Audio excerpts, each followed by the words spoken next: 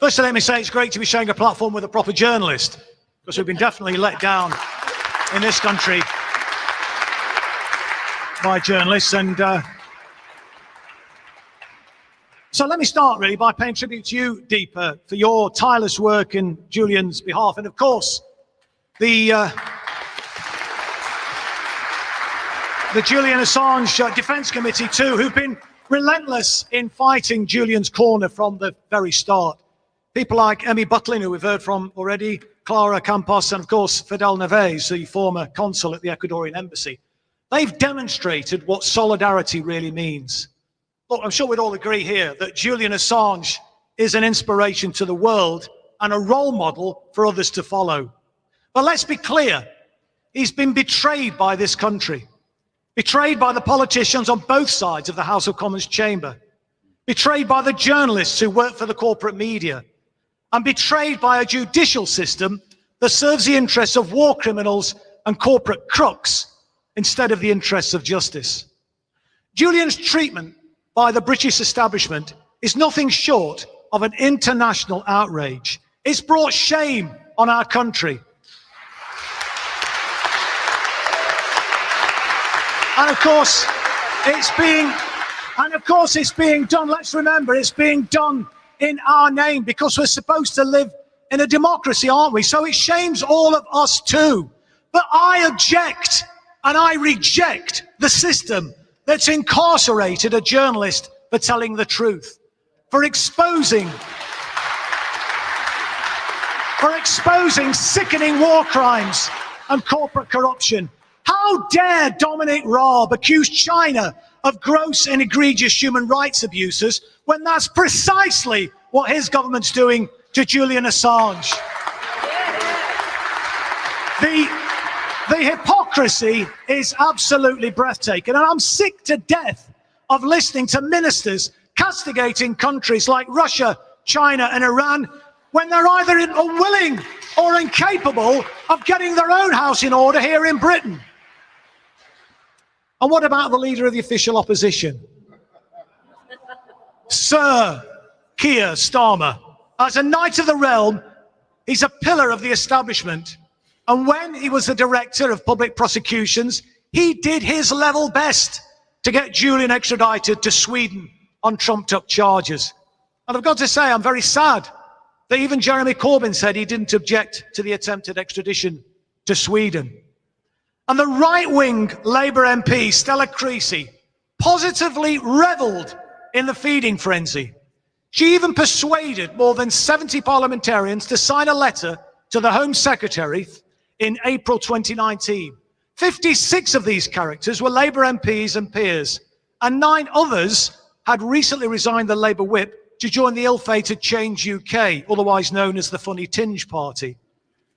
Creasy was insisting on Julian's extradition to Sweden, and her parliamentary missive to Sajid Javid urged him to, and I quote, "do everything you can to champion action that will ensure that Julian Assange can be extradited to Sweden." But look, all of these politicians, all of these parliamentarians knew that the extradition to Sweden was just a pretext. They knew the idea was to get Julian extradited to Sweden so that he could then be extradited to the US. Why was I the only MP pushing Julian's case? Where were the other MPs? Where were the MPs? Where were the MPs who claim to champion free speech? Where were the MPs who bang on about a free press? And where were the socialist MPs who protest about corporate corruption and illegal wars? The unacceptable truth is they were all keeping their heads down. And I've got to say, the silence was deafening. Now, I'm obviously pleased that some MPs are at last speaking out.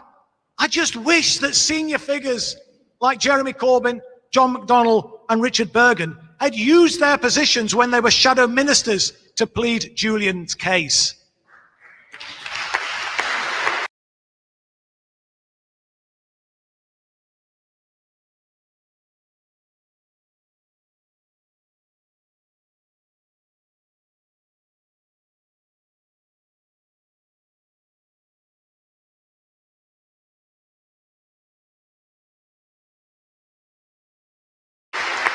of MPs who are speaking out is still woefully inadequate. So Julian has clearly been betrayed by Britain's political class. But what about his fellow journalists? With a few notable exceptions, their role has been utterly contemptible. One of those notable exceptions is John McAvoy.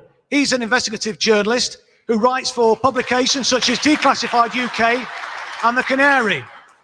He recently highlighted the deathly silence of journalists who'd previously mocked Julian, but then said nothing about the shocking revelations, and they really were shocking revelations, that the CIA were plotting to kidnap and assassinate him.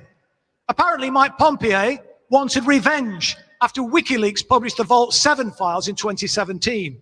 This, as I'm sure you're aware, was the largest leak in CIA history, and it revealed how UK agencies had held workshops with the CIA to find ways to hack into the household devices of every citizen in the United Kingdom.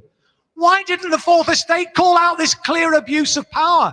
And why hasn't there been wall-to-wall media coverage of the CIA's covert plans to murder an award-winning journalist on British soil? It's an absolute disgrace and an outrage.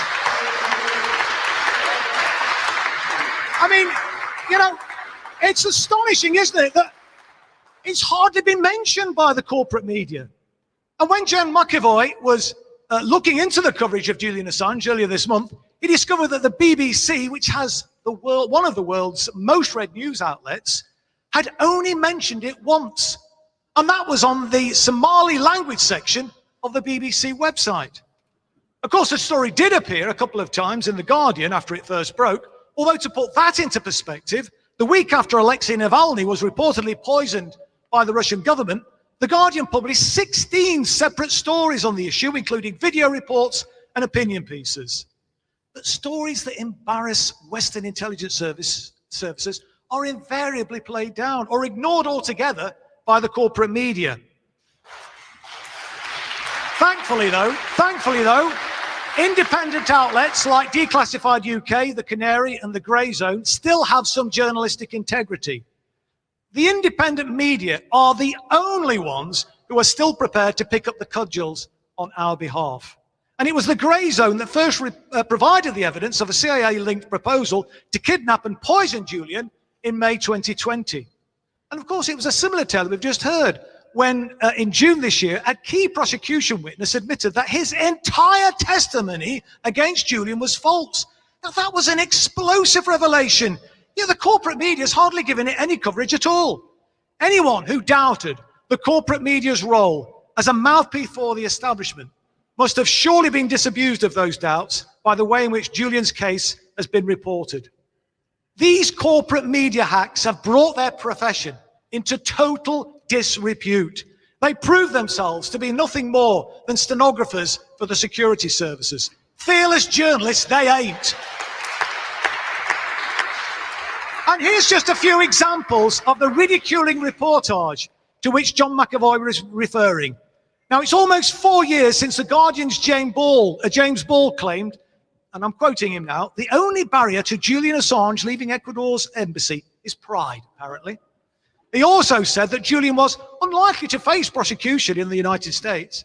And 2 months later, he said, Julian was being treated like a grounded teen. He should hold his hands up and leave the embassy. Another corporate media hack was also dismissive about Julian's plight. In a piece by Marina Hyde, she wrote in The Guardian in 2017 that the moral of the Assange story was wait long enough and bad stuff goes away. Hyde concluded her sneering story with a sarcastic comment that Captain WikiLeaks will get out of pretend jail eventually. And of course, the insults and ridiculing have been relentless.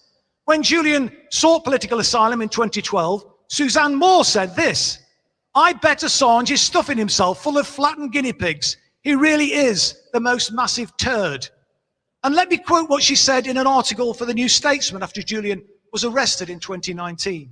She referred to him as a demented-looking gnome being pulled out of the Ecuadorian embassy by the secret police of the deep state, or the Met, as normal people call them. Incredibly, this horrendous hack won the Orwell Prize for Journalism the same year. I mean, it's hard to believe, isn't it? for what was described as her stubborn and brave commentary. But unlike Julian's work, there's nothing remotely brave about this cynical character's scribblings. Never mind the Orwell Prize for Journalism, she's more like a functionary from the Ministry of Truth. I just wonder what George Orwell would make of her if he was alive today. Remember, he said that speaking the truth in times of universal deceit is a revolutionary act. And Suzanne Moore is complicit in that universal deceit, as is Nick Cohen, who in 2012 described Julian's supporters as the definition of paranoia. And he scoffed at the idea that the US could prosecute Julian and pejoratively called him the incontinent leaker. Cohen confidently proclaimed the First Amendment to the US Constitution is the finest defense of freedom of speech yet written. He also insisted that the American Civil Liberties Union thinks it would be unconstitutional for a judge to punish Assange. And he boldly declared that Britain has a notoriously lax extradition treaty with the United States. Every single one of Cohen's assertions was wrong. These corporate media hacks are an absolute disgrace. And their employers are even worse. Not one of them published the observations by Nils Melzer on Julian's case. As we've heard, he's the UN Special Rapporteur on Torture. In June 2019, he wrote a piece for the Medium blog site. He admitted that he was skeptical when Julian first appealed to his office for protection. And let me quote a few passages from the article that he wrote. He said, like most of the public, I'd been subconsciously poisoned by the relentless smear campaign which had been disseminated over the years. So it took a second knock on my door to get my reluctant attention. But once I looked into the facts of this case, what I found filled me with repulsion and disbelief. In the end, it finally dawned on me that I'd been blinded by propaganda and that Assange had been systematically slandered to divert attention from the crimes he exposed. Once he'd been dehumanized through isolation, ridicule, and shame, just like the witches we used to burn at the stake, it was easy to deprive him of his most fundamental rights without provoking public outrage worldwide. Of course, these observations were absolutely apposite. And it's the corporate media who've outrageously peddled the smears to dehumanize Julian. So that's the political class and the corporate media. What about the judicial system? Well, so far it's proved itself to be nothing short of a sick joke. Why on earth is Julian even having to fight an extradition application at all, let alone find himself incarcerated in a high security prison for over 2 years? Article 4 of the extradition treaty between the UK and the USA is unambiguous. It clearly states that extradition shall not be granted if the offence for which extradition is requested is a political offence. What could be more political than exposing war crimes, I ask you? Now, I've heard it claimed that Parliament removed the bar on political offences, though, because the Extradition Act didn't specifically refer to them when the legislation was passed in 2003. But that doesn't stand any scrutiny at all. When the extradition bill was being debated in the House of Commons in December 2002, the issue of political offences was actually raised by MPs.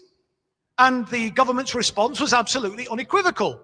Responding to the debate on the extradition bill on the 9th of December that year, Bob Ainsworth explicitly stated that the bill will ensure that no one can be extradited where the request is politically motivated.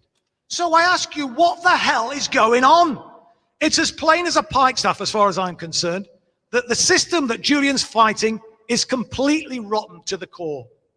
As Edward Snowden is reputed to have said, when exposing a crime is treated as committing a crime, you're being ruled by criminals, which pretty much sums up Britain today. Look, Julian's been betrayed by the politicians. He's been abandoned by the corporate media.